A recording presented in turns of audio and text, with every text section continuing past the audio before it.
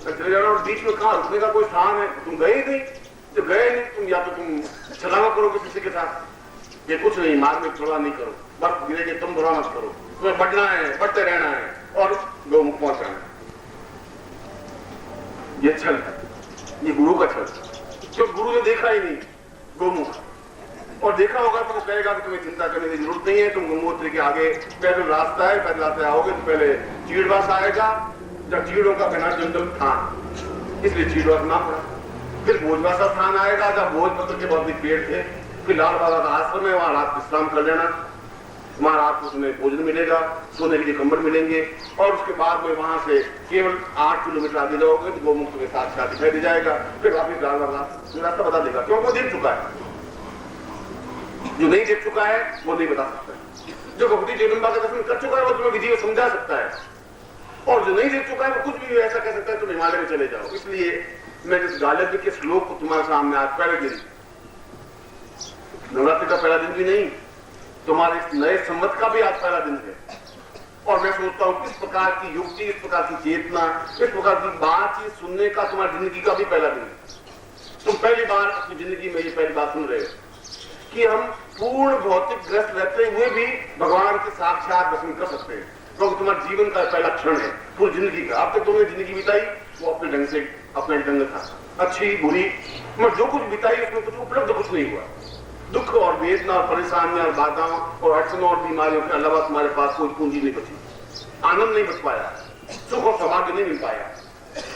एक भी व्यक्ति ऐसा नहीं है जो ये कह सके कि कहीं कोई तकलीफ नहीं है, कोई तकलीफ नहीं, ऐसा नहीं है। इसलिए तुम्हारी पूंजी जो कुछ होनी चाहिए थी वो नहीं हो पाई, और इसलिए हुई तुम्हें कोई गुरु मिला ही नहीं।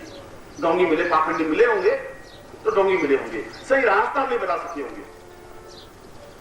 इसलिए पूर्ण भौतिक जीवन व्यतीत करते हुए भी हम अपने जीवन को, उस गालिब ऋषि ने कहा कि हम अपने जीवन में उस स्टेज को प्राप्त करें कि हम प्राणों को पूर्ण तेजस्विता बना दें, आंखों में वो चमक क्षमता प्राप्त कर दें, और उस पूरे शरीर में एक प्रसन्नता, एक आह्लाद, एक खुशी,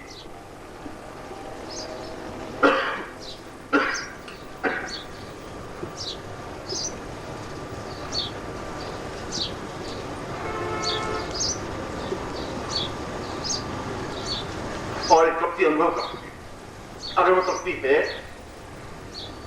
तो जीवन में खुमारी है, खुमारी तो नहीं आता। जीवन एक अलग है, जीवन का खुमारी, जीवन का एक आनंद, जीवन की तृप्ति अलग है। वो तब होता है चक्षुरुन्मीलितम येन, जब तुम्हारे शरीर में कोई शरीर उतरे, जब तुम्हारी आंखों में चक्षुरुन्मीलितम, आंखों के अंदर कोई आंखें उतर जाए, तो उन आंखों के माध्यम से तुम उसको देख सकते हो जो आंखें उसको देखने की अभ्यस्त हैं। जिस गुरु ने उसको देखा है उस गुरु की आंखों को तुम अपनी आंखों में बसा सको। ये अर्थ है इसका श्लोक। तुम नहीं देख सकते, तुम्हें कुछ नहीं करना है, तुम्हें तो गुरु को अपने शरीर में समाहित कर देना है। तुम्हें गुरु के पूरे प्राणों को अपने शरीर में समाहित कर देना, वो प्राण अपने आप में तेजस्वी बन जाएंगे। तुम्हें कुछ करना नहीं, क्योंकि तुम्हारी काया में वो ताकत नहीं है, तुम्हारी चेतना में वो ताकत नहीं है, तुम्हारी आंखों में ताकत नहीं है। तो चक्षुरुन्मीलितम, उन चक्षुओं को अपनी चक्षुओं से मिला दो, उन आंखों को अपनी आंखों से मिला दो, उतार दो जीवन में, आंखों के अंदर स्थापित कर दो। ये चक्षुरुन्मीलितम ये न तस्मै, इसलिए श्री गुरुवे नमः वो कह रहा है। इसलिए मैं गुरु को प्रणाम करता हूं, इसलिए नहीं वो अच्छा सुंदर है, अच्छे कपड़े पहने, इसलिए नहीं, इसलिए कि वह भक्ति जगदम्बा को साक्षात दर्शन मुझे करवा सकता है। क्योंकि मैं अगर उसको अपने जीवन में उतारूं, अगर उनकी आंखों को अपनी आंखों में बसा दूं, तो उनकी आंखों के माध्यम से मैं जगदम्बा का दर्शन कर सकता हूँ। चक्षुरुन्मीलितम येन तस्मै श्री गुरुवे नमः, इसलिए मैं गुरु को प्रणाम करता हूँ। इसलिए ये कार्य केवल गुरु कर सकता है और कोई नहीं कर सकता। न पत्नी कर सकती है, न पति कर सकता है, न भाई, न बंधु, न तुम्हारा धन, न दौलत, न ऐश्वर्य, न तुम्हारा लाख रुपए, न 5 करोड़ रुपए, न नेता, न अभिनेता, ये नहीं कर सकते। इसलिए उसने ये नहीं कहा तस्मै श्री पत्नी नमः या तस्मै श्री पति नहीं नमः, ऐसा कुछ कहा ही नहीं। तस्मै श्री गुरुवे नमः कहा है, क्योंकि वह ऐसा कर सकता है। और तुम्हें उस श्लोक में गालिब ने कहा कि इसलिए तुम्हें और कुछ करना ही नहीं है, और तुम्हें और कुछ क्रिया आती भी नहीं है। तुम तो अगर उसको अपने जीवन में, अपने प्राणों में उतार सको पूरी तरह से, और जब उतार जाता है गुरु, जब उतर जाता है शरीर में, तो अपने आप में पूरा शरीर अपने आप में बदल जाता है। एक चमक आ जाती है चेहरे पर, एक ओझ आ जाता है। शायद मैं उदाहरण दूं कि कैसे उतारे?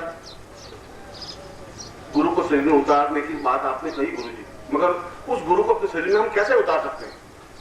उनके प्राणों को अपने प्राणों में कैसे समाहित कर सकते हैं? उनकी आंखों को अपनी आंखों में कैसे समाहित कर सकते हैं? और तुम्हें शायद द्वापर युग की तो मैं घटना नहीं कह सकता कि द्वापर युग में तो जब राधा बैठी तो उद्धव गए तो उद्धव तो बहुत ज्ञानी और राधा तो पहली क्लास में पढ़ी लिखी नहीं, तो आई भी आता नहीं था राधा को। उद्धव ने कहा कि तुम उस कृष्ण का मोह छोड़ दो। 3 साल तो हो गए, जब 3 साल में उसने पलट करके तुम्हें देखा नहीं, कृष्ण ने भेजा था उद्धव को राधा के पास, क्योंकि उद्धव बहुत ज्ञानी, बहुत ज्ञान की ब्रह्म क्या होता है कृष्ण तुम नहीं समझते, ब्रह्म जानन्ति वही स ब्रह्म स चैतन्य। कृष्ण का वो सब सही है, मैं सुन लिया। तुम एक काम करो, तुम जाकर के राधा को समझा के आ जाओ कि तुम ब्रह्म की उपासना करो, उस कृष्ण को छोड़ो। तो मैं तो बाद में समझूंगा, उसको पहले समझा के आ जाओ। उसने कहा ठीक। उस मूर्ख वो तो पढ़ी लिखी नहीं है, उसको समझाने में क्या टाइम लगेगा? हो गए। उसने कहा राधा तुम क्या कर रही हो? उसने कहा कि मैं क्या कर रही हूँ ये प्रश्न बेकार है, ये पूछो कि मैं क्या नहीं कर रही हूँ।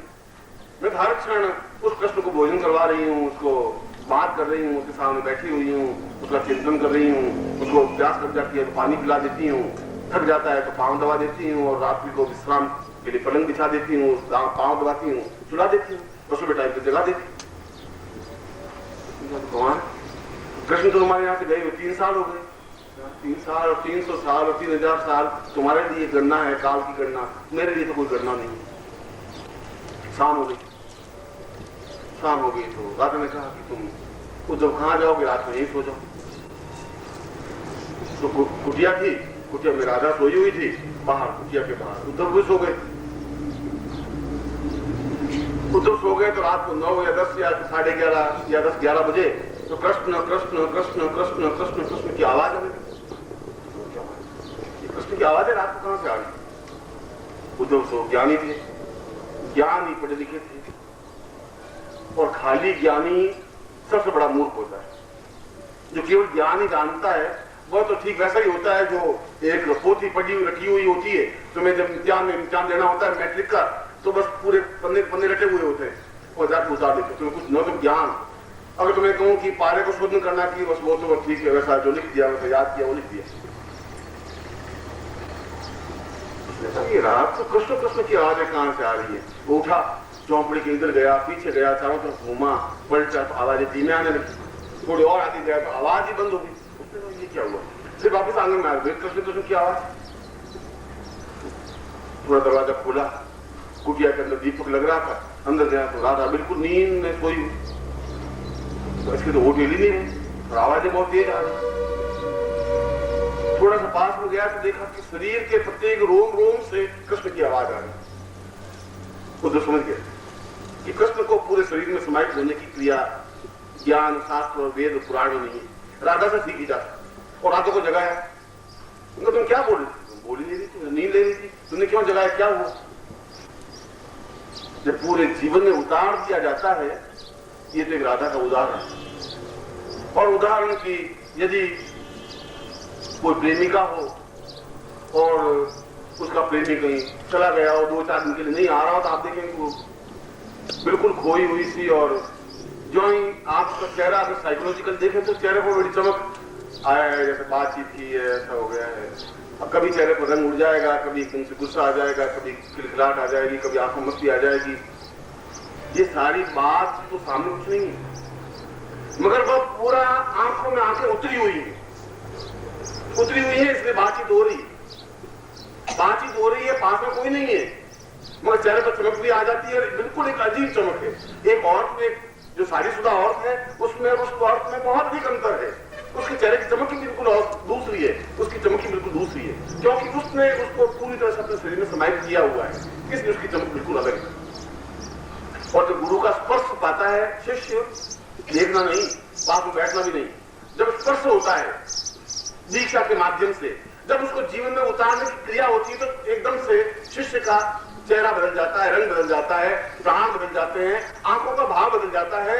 और यदि गालिब जी कह रहे हैं कि उसके आंखों की फोटो ली जाए तो आंख में केवल गुरु ही दिखाई देते हैं, उसकी आंखों का चित्र नहीं आता। ऐसा चिंतन तब होता है जब पूरे शरीर में जैसे प्रीतमा श्लोक आती है, उसका कोई संबंध नहीं है, उसका कोई भरोसा भी नहीं है कि वो आएगा भी कि नहीं आएगा, कोई कॉम्प्रोमाइज नहीं है कि वो आएगा ही। मगर हमारे राजस्थान में तो कहावत है कि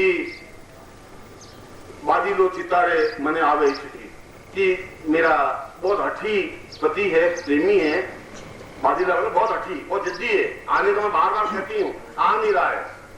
मगर आज मुझे याद किया है, याद कैसे इसकी आ रही है। 5000 मील दूर आसाम में बैठा हुआ, वहां याद करा, याद की आ रही, ये क्या चीज, सीधे तार जुड़े हुए को, और जो अच्छी आती है एकदम आंखों के सामने वो चला जाता है, आंखें देखना, आंखों में चमक आ जाती है, उसके चेहरे की भावना की ओज और मीना एकदम से उतरती है, नृत्य करने लग जाती है। संगत कह रहा क्या, क्यों डांस कर, क्यों नृत्य कर रही हो, क्या है? तो तुम नहीं, सामने कृष्ण देख रहे हैं, मैं नृत्य कर रही हूँ, वो आए हैं, मैं उसको लीन जाऊंगी नहीं तो फायदा क्या, मैं क्या करूं यहां बैठी हुई?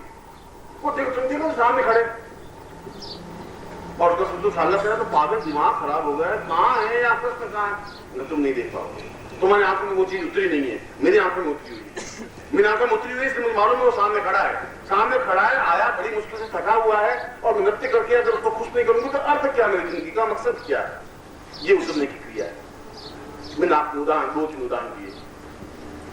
किसी को जबरदस्ती मेरे जैसे 5 या 80 किलो उठा करके तो शरीर में डाल नहीं सकते थे, ये तुम्हारे पॉसिबल नहीं, उठा भी नहीं सकते, उठाएंगे तो बोझिल हो जाओगे, घंटे आधे घंटे के नीचे उतारना पड़ेगा, पूछिए अब नीचे उतरो, हो गया, वो तो पॉसिबल नहीं हो सकता। गाने में कहना उतारने की क्रिया है, और उतार के तुम्हारी आंखों में एक चमक आ जाएगी, एक श्रद्धा, एक प्रेम, एक चिंतन, एक अटैचमेंट, एक प्यार, सब कुछ समर्पण करने की क्रिया, सब कुछ फना हो जाने की क्रिया, सब कुछ लुटा देने की क्रिया। जब सब कुछ लुटा देंगे तो तुम्हारे पास कुछ रहेगा ही नहीं, तो वो सब कुछ तुम्हारे अंदर प्राप्त हो जाएगा। जब तुम भरे हुए हो उसमें कोई समा भी नहीं सकता, इसलिए उसको जो है अंदर समा जाएगा, तुम्हारे उनको गुरु को देखने की क्रिया ही बदल जाएगी। जब वो नहीं है तो बिल्कुल एक बेचैनी सी होगी, बहुत तड़प होगी, एक तनाव सा होगा, बहुत अदम झुंझलाहट सी होगी कि क्या करें। जब मीरा को समझा रहे तो मीरा कहे तुम ये मुझे समझाने की क्रिया, मुझे ज्ञान नहीं चाहिए। जब गोपियों को समझाया उद्धव ने कि तुम अपने हृदय के अंदर से कृष्ण को निकाल दो, तो उसने कहा कि हम तो निकाल दें, मगर सीधी सीधी चीज हो तो निकले, तिरछे वे जो अड़े, वो तिरछे हो गए, अड़ गए, अब तिरछे तो निकल नहीं सकते, फंस गए बिल्कुल। अब इस जिंदगी में वे कृष्ण नहीं निकल सकते उद्धव, सीधी कोई चीज तो फिर भी निकल सकती है, वो तिरछे होकर अड़ गए। हाँ, हमारे बस की बात नहीं है, तुम ज्ञानी लोग बता, तुम किसी को निकाल भी सकते हो, बसा भी सकते हो, 1000 बार बसा सकते हो, तुम तो वैश्या हो, तो तुम मनुष्य नहीं हो। उद्धव का सारा ज्ञान नीचे उतर गया।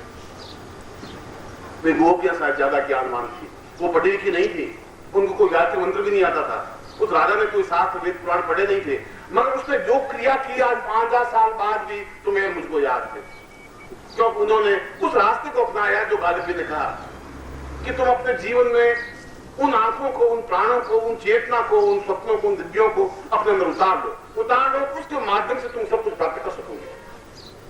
अगर बहुत सर्दी है तो गर्म स्वेटर पहन लो, पूरे शरीर पर ढक दो, जिससे कि उस सर्दी की हवा को